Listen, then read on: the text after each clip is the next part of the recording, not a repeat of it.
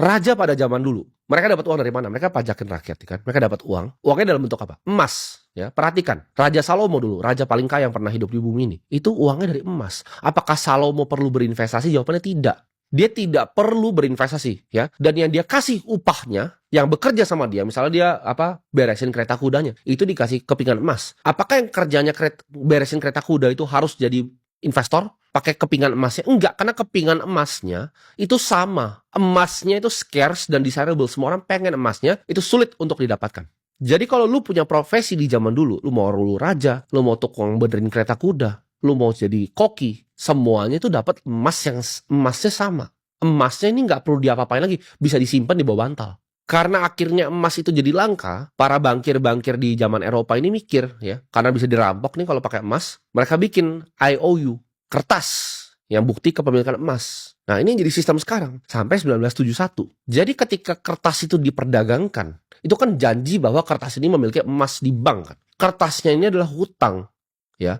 Jadi ini udah masuk ke sistem setan riba. Jadi kertasnya sendiri adalah udah riba. Udah tidak ada value-nya. Dibilang kadang-kadang janji doang ada emas. Tapi kalau kita fast forward ke 1971, Nixon tuh lepas gold standard. Ini bahkan kertas tadi yang dijanjiin emas itu udah nggak ada emasnya lagi. Jadi semua kertas yang lu punya di rumah itu udah nggak ada emasnya lagi. Yang lebih parah lagi sekarang cuma digit, ya kan, di rekening lu. Digit, nggak perlu dicetak lagi bahkan. Ketik aja udah.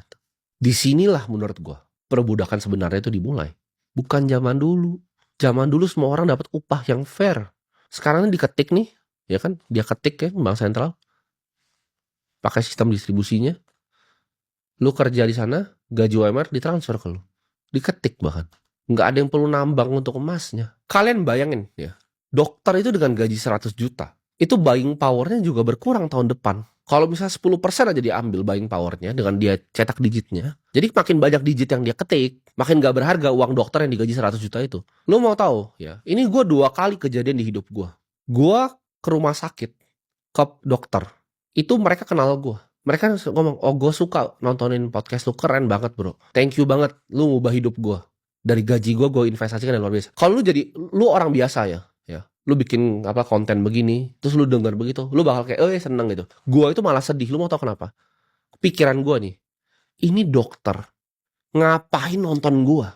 Kenapa dia nggak fokus jadi dokter? Ini profesi mulia loh. Ini nyembuhin orang. Kenapa dia harus jadi semi hedge fund manager? Kenapa dia harus ngerti apa itu indeks S&P 500? Itu nggak masuk di otak gua gitu loh. Lu dokter gitu loh. Tapi dia harus begitu. Karena dia tahu kalau dia nggak begitu, gajinya jadi 0. Nah, lu bayangin buru-buru yang nggak tahu ini. Lu semua yang nggak tahu ini. Hasilnya apa? Makanya gue bilang lu tuh bukan dilahirin miskin. Lu main di sistem yang dicurangin dari atas sampai bawah.